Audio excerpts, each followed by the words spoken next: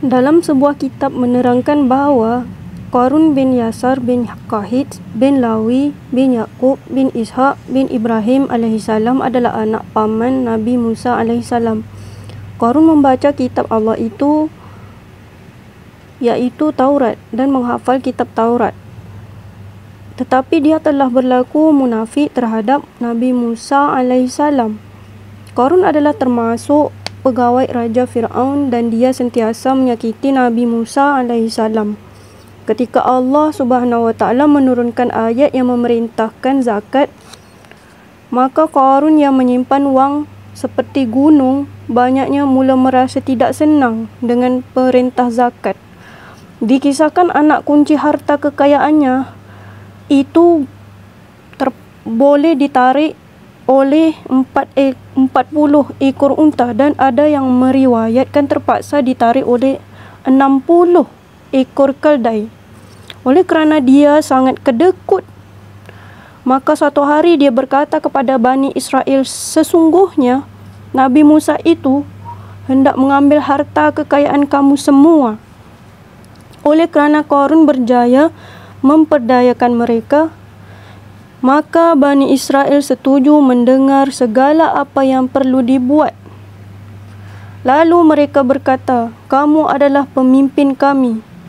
Oleh itu kami serahkan kepada kamu untuk kamu membuat sesuatu yang perlu. Kemudian Qarun merancang niat jahatnya untuk berkata, bawakan aku seorang pelacur perempuan yang sanggup berkata di hadapan orang ramai bahawa Nabi Musa telah berlaku sumbang dengannya. Lalu mereka pun membuat seperti apa yang dikatakan oleh Qarun itu. Maka mereka pun membawa seorang pelacur kepada Qarun, dan Qarun memberikannya uang sebanyak 1.000 dinar. Qarun berkata kepada perempuan lacur itu, kamu hendaklah mengaku di hadapan orang ramai bahawa Nabi Musa telah menggauli kamu sehingga kamu mengandung. Setelah itu, Qarun pun mengumpulkan orang ramai pada hari kebesaran mereka. Lalu, Qarun dengan bongkaknya bangun dan berkata, orang-orang Bani Israel telah menuduh kamu telah melakukan zinar kepada perempuan. Mendengarkan kata-kata Qarun itu, maka Nabi Musa alaihissalam pun berkata, kalau benar, ya panggillah dia. Kemudian perempuan pelacur itu datang kepada Nabi Musa alaihissalam. Lalu Nabi Allah Musa berkata kepada perempuan pelacur, demi Allah yang telah menciptakan kamu, demi Allah yang telah menciptakan laut, demi Allah yang telah menurunkan kitab Taurat, katakanlah yang benar.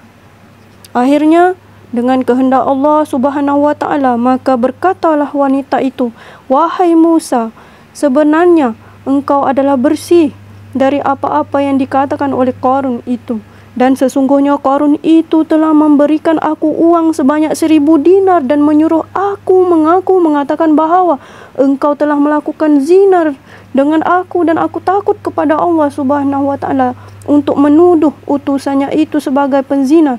Sebaik saja perempuan itu berkata demikian, maka Nabi Allah Musa alaihissalam pun sujud syukur kepada Allah Subhanahu wa taala dan berkata, ya Allah, apabila aku ini menjadi nabimu yang sebenarnya, maka tolonglah aku.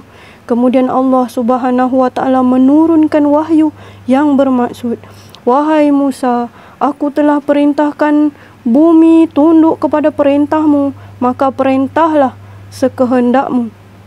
Nabi Allah Musa alaihissalam pun berkata, sesiapa yang bersama dengan Qarun, maka bersama Qarunlah, dan sesiapa yang bersama saya, hendaklah jauhi dari Qarun.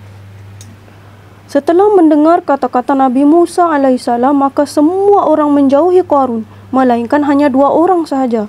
Kemudian Nabi Musa alaihissalam pun memerintahkan bumi dengan berkata, wahai bumi, telanlah mereka. Apabila bumi mendengar perintah Nabi Musa alaihissalam, maka bumi pun menelan mereka sehingga ke lutut. Nabi Musa alaihissalam berkata lagi, wahai bumi, telan mereka. Bumi pun menelan mereka sampai kepada leher.